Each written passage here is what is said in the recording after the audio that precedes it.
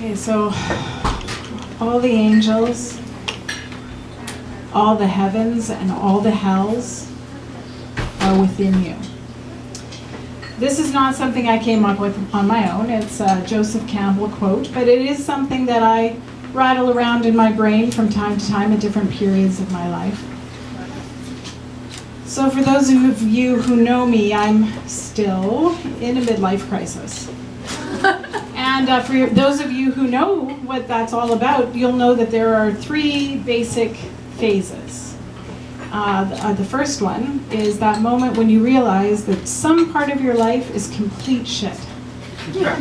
And for me, that moment came the day my boss switched out a chair that I had been enjoying sitting in for the last 5 years with one that had a very large and very suspicious looking stain on the seat.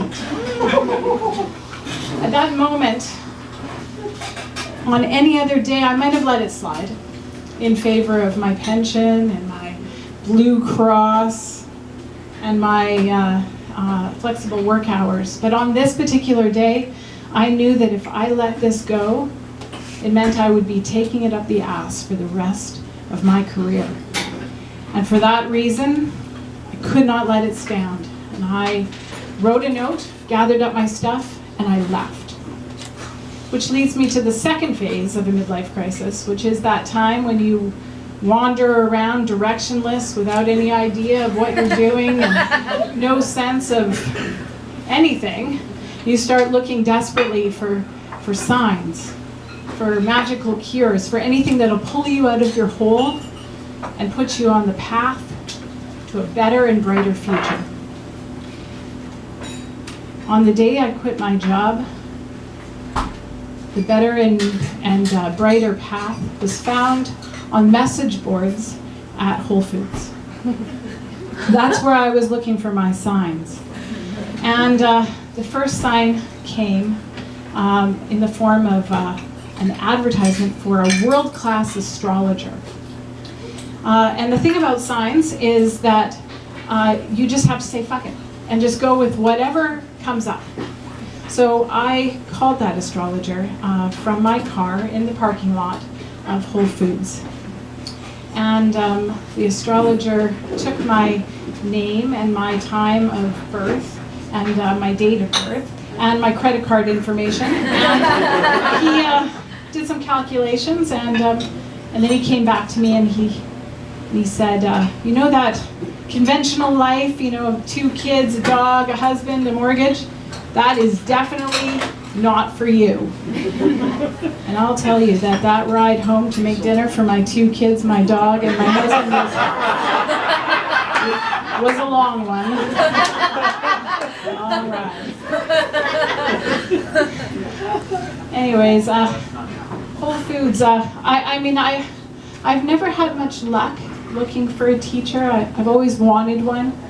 My ideal teacher would be one of those earth mothers who runs ayahuasca retreats in Peru. You know, that kind of teacher who sees things in you that you don't see yourself. You know, the ones who give you loving and gentle advice that would prevent me from doing self-destructive or stupid things. But no one like that ever showed up. So I depended on signs. I depended on Whole Foods message boards. Anyways, one of those messages came in the form of an advertisement for it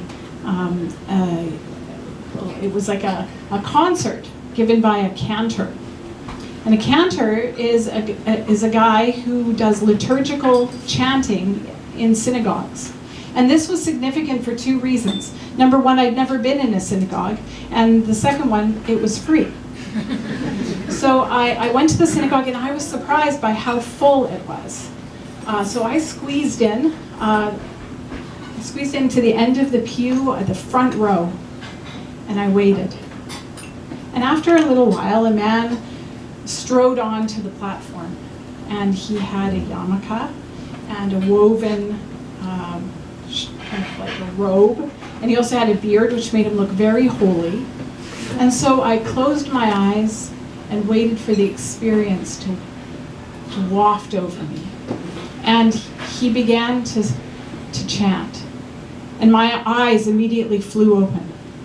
And I looked around, and this is when I noticed that the people who were populating the first 3 rows of the synagogue were all women.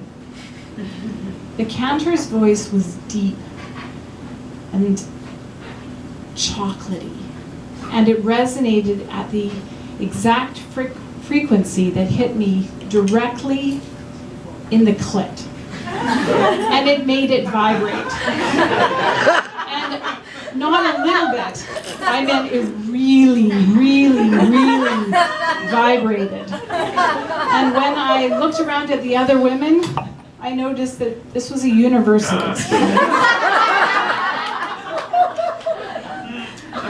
Anyways, I wouldn't have recognized this experience, except luckily I had attended a workshop just 2 weeks earlier given by a world-class Buddhist monk who was hosting a workshop on bringing creativity into your life. And apparently you cannot live a fulfilled life without having an authentic form of creative expression. And that range of creative expression cannot be fully actualized until you release the blockages in your first and second chakra, which happen to be exactly where my clit is.